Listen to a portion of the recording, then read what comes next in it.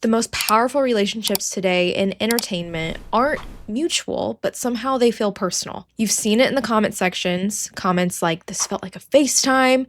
It felt like you were talking directly to me." From a strategic communication perspective, that feeling is not accidental. It's the result of deliberate communication choices designed to scale trust and attention in a way that feels personal and that has major implications for entertainment, branding, PR, and persuasion. And that process has a name, and it's called parasocial relationships. I'm Hailey, and I have a master's degree in mass communication, and I teach a college-level entertainment and strategic communication class. More importantly, I am a StratCom professional, which means I don't just ask what people feel, I ask about the feelings produced and why they matter strategically, and who it benefits. And yes, probably most important of all, I am chronically online and a huge fangirl. I've been in fandoms, I've followed creators, bands, shows, and public figures maybe a little too closely. I have felt the pull of these relationships from the inside, which I think gives me a well-rounded perspective to be talking about this today. We're not just talking about these parasocial relationships as a quirky internet thing that we laugh about. We're going to be talking about them as intentional communication choices used to cultivate these communities that we know and love, loyalty, and long-term engagement. And as a quick disclaimer, often when we think of the term parasocial, we have negative feelings that arise or negative examples that we think of first. Today, we're going to be talking about a lot of the positives, but that does not negate some of the negatives and the ethical responsibility that comes alongside. These relationships are a one-sided emotional or psychological bond audiences form with media figures, celebrities, performers, influencers, etc., that feel socially real, but lack that mutual interaction. From a StratCom lens, the key insight here is that these relationships convert one-to-many communication into something that feels relational. They allow mass messaging to borrow some of the persuasive power of interpersonal communication, trust, credibility, and emotional resonance, without requiring any form of reciprocation. That's why they matter so much in entertainment, branding, and PR. Why do we as communicators care about this, or why should we? Entertainment doesn't survive on one-time attention at all. It survives on retention, loyalty, emotional investment, and repeat engagement. Why do you think so many shows get canceled, especially quickly? Justice for My Lady Jane. Come on now. Parasocial bonds make audiences feel like they know a creator or a character, spokesperson, brand voice, which means those messages receive more cognitive space than a generic institutional message. Research in marketing and communication consistently shows that when audiences feel relational closeness, they are more receptive, less skeptical, and more likely to engage with recommendations or the overall narrative. So in other words, parasocial relationships scale trust. And trust is essential, especially in a time where we don't trust anything.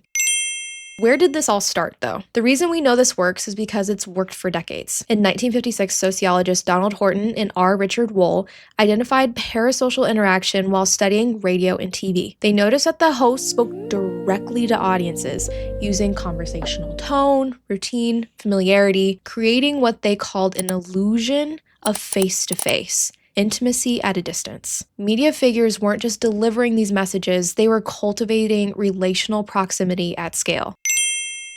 So diving further into radio, it's one of the clearest examples of a parasocial strategy, not because of the content, but because of the placement in daily life. Hear me out. People didn't just listen to radio, they lived it. The same voice every morning while getting ready and eating breakfast. The same voice during the long commute home, maybe after a hard day. The same voice filling a private space, your home. You're letting these people in. From a strategy standpoint, radio did three critical things. Routine. Constant presence builds familiarity. Tone. Conversational delivery creates that warmth. Context. Entering private spaces builds trust. That voice became a shared reference point, not just individually, but collectively. Communities formed around these voices and trusted them. This is parasociality doing strategic work. Now moving to TV. Television intensified this strategy by adding a visual presence. We were already feeling face-to-face with radio, which is just audio, but now we're moving to something way more visual and a way to connect. Audiences weren't just hearing them now, they were seeing them. The expressions, the charisma. And a very classic example is Elvis Presley. Now there's a running joke online that everyone's grandma or Meemaw seems to have a story, picture, some sort of fantasy, real or not, about making out with Elvis. Now, while sometimes true, maybe not, pictures tell their own story, that joke reveals something strategically important. In Elvis's era, access felt plausible. He toured constantly, he performed live, fans could see him in person. So parasocial closeness was supported by the occasional real access, which made the emotional attachment feel legitimate, possible, and have a lot more substance. As the access shrank, though, in the later eras, entertainment replaced it with designed emotional access. So let's talk about that shift. As celebrity culture scaled, physical access became impossible, or it felt like it was impossible. Strategic communication then adapted. Think about talk shows, behind-the-scenes footage, personal storytelling, and controlled vulnerability. The goal shifted from meeting entertainers to knowing them. This is where the parasocial relationships become explicit community strategy. Audiences didn't just consume that content, they shared a language, references, identity, and emotional investment. Now let's go ahead and talk about something a little bit more modern, where we're at today. Today, parasocial strategy is not subtle. Think about streaming. Streamers don't just broadcast, they're hosting. The schedules they create is a routine. The chat participates. Inside jokes create belonging. Think about the Discord servers where everyone's connecting, finding relationship. It's so important. There's nothing more participatory or closer than watching a streamer because it's in real time. This turned audiences into a managed community, not just passive viewers. K-pop and boy bands, all the directioners stand up. These industries intentionally engineer parasocial ecosystems. They thrive off of it. Behind the scenes content, live streams, fan calls. The priority here is a relatable persona with a long-term bond rather than just a short-term reach. Fans aren't the consumers, they are the community members. They are the pillars in this instance. Now let's talk about influencers. Influencers collapse distance, and that's by design. Think about where they're recording. In their bedroom, cars, daily life, direct address. Come on, get ready with me, come along with me. You are following their day-to-day life. Research consistently shows that when influencers are perceived as relatable, trustworthy, parasocial bonds then increase. And so do brand attitudes and purchase intent. This is why endorsements framed as personal recommendations outperform just over ads in a parasocial context. There's a huge monetary value, which is a great segue into talking about brands because it doesn't stop with people.